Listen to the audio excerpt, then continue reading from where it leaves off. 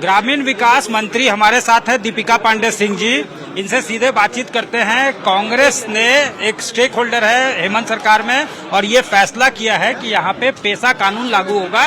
पेसा यानी panchayat extension scheduled area act. Madam इसको सरल भाषा में समझाएं तो डिसेंट्रलाइजेशन ऑफ पावर, ग्राम सभा के पास पावर जाएगा। पंचायती राज को और सशक्त करने का माध्यम है और आप त्रिस्तरीय पंचायती राज के बारे में तो जानते रहे। इसके आने से चौथा जो टियर है जिसको हम ग्राम सभा की बात करते हैं उसको कैसे सशक्त किया जाए और जो यहाँ पारंपरिक व्यवस्था उन शेड्यूल एरिया में रही है तो हाँ जो शेड्यूल एरिया में रही है उसको और सशक्त करने की बात हम लोग इस कानून को लागू करने में कर रहे हैं। एक मिथ है जो आम लोग शायद देश में ना समझे कि लोगों को लगता है कि फिर पैरेलल गवर्नमेंट चलने लगेगा।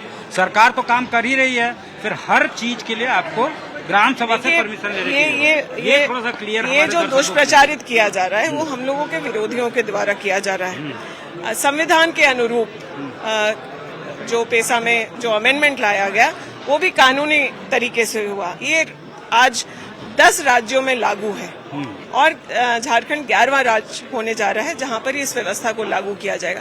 तो कोई ऐसे इस तरह की पैरेलल व्यवस्था की बात नहीं है।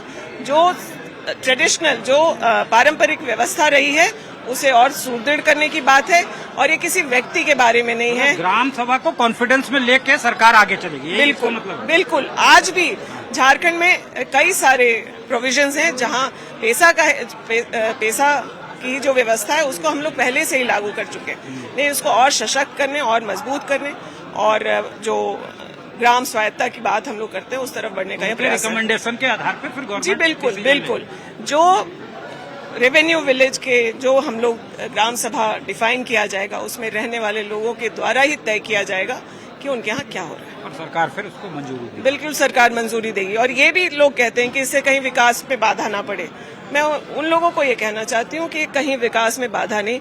जो हमारे ग्राम सभा के जो लोग हैं वो भी समझते हैं कि किन कामों को करने से उनका भला होना है और जो जल जंगल जमीन का दोहन करने वाली चीजें हैं वो भी वो समझते हैं। तो क्लियरली हम लोगों को उनकी समझदारी पर विश्वास करना चाहिए और आगे बढ़ना चाहिए। ठीक है, हमसे बात। Thank you. दीदी प्रणाम।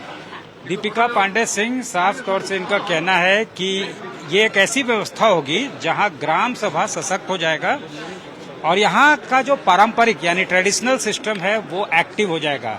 यानी अगर पाहन का व्यवस्था है तो पाहन जो है वो इम्पोर्टेंट होंगे, मांझी परगनेट, डोकलो शहरों, इस तरह की काफी व्यवस्था जो है यहाँ पे अलग अलग शेड्यूल्ड एरिया में एग्जिस्ट करती है और ग्राम सभा को इग्नोर नहीं किया जा सकेगा। अगर वहाँ कोई काम करना है, डेवलपमेंट का कार्य हो या फिर अन्य कुछ कोई कार्य हो तो उनको स्वायत्ता मिलेगी, यानी उनके पास फ्रीडम होगा कोई डिसीजन लेने का।